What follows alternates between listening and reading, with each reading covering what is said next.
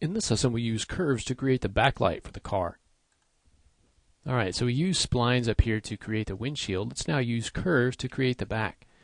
Now if you'll notice, I've gone ahead and just using the same technique we used on the windshield, I've extracted a spline here from an edge selection right across here. This is basically going to define the side of the glass. Okay, so just select some edges coming down along the inside of this sail panel here. And also on the back of the roof, I've done the same thing. So we've got two editable splines here. Now rather than use these as editable splines, we're going to convert these to NURBS curves. So I'm going to go ahead and say convert, right click and say convert to NURBS. That'll convert it to NURBS. It'll do the same thing over here, convert to NURBS. Now I want to go ahead and attach these. So under the general rollout in the modify panel, I'm going to say attach and attach that. And now if I go in here and select the curve subobject, I can now select both of these curves. Alright, the next thing I want to do is actually rebuild these. So right now if you see we've got all of these CVs in here, I want to rebuild this so it kind of spaces everything out and maybe makes it a little bit lower res. So that's one of the great things about working with NURBS is the ability to rebuild the parameterization of the curve.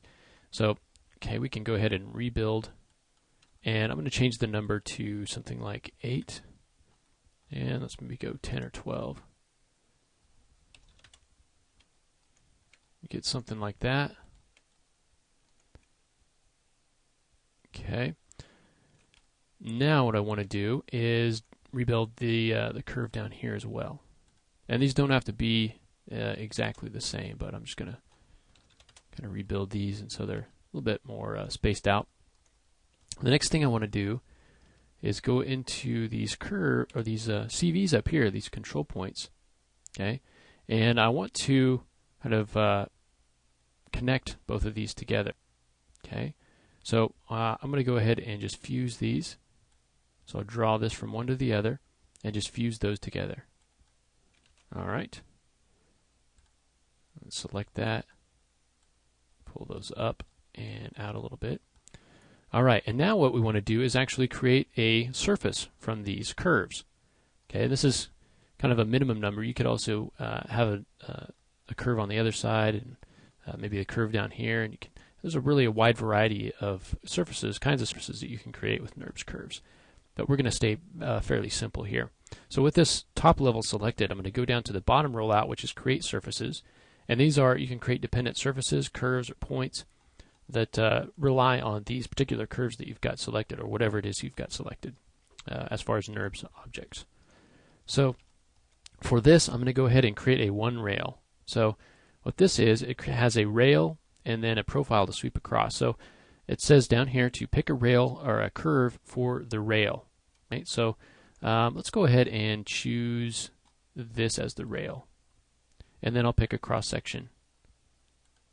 This guy. I'll go ahead and right click to finish. Okay?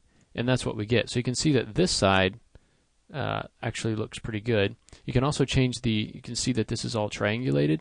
This is basically the approximation of the surface, or the tessellated polygons underneath.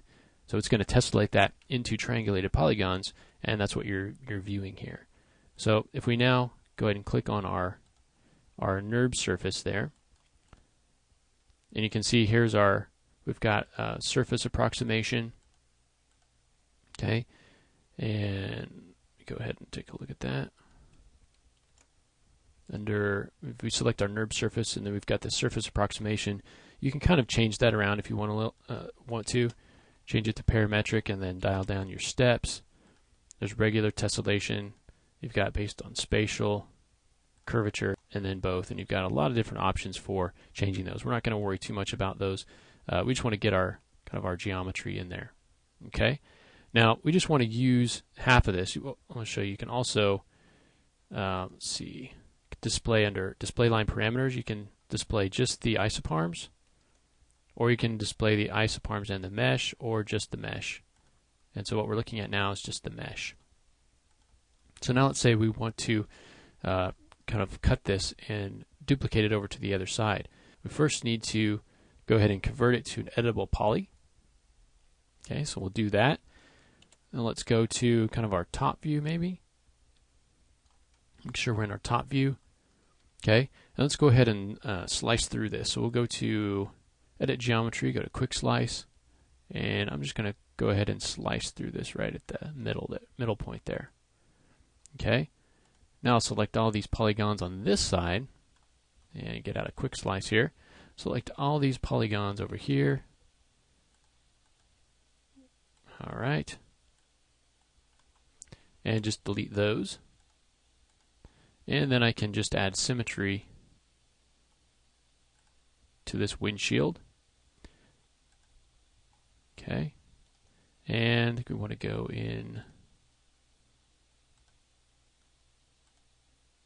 the Z.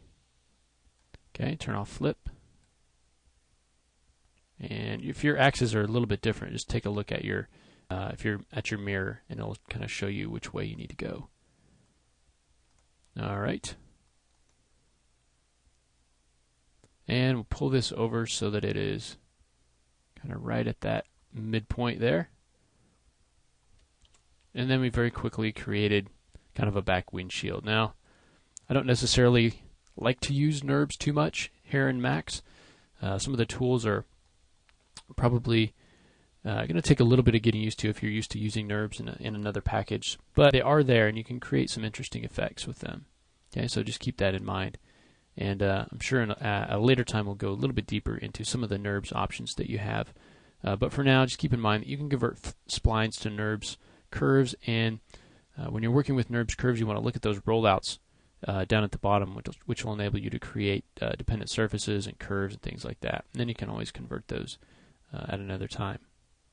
All right, so now that we've got the backlight created, let's go ahead and create some windows for these doors. Okay, so we'll go ahead and do that next.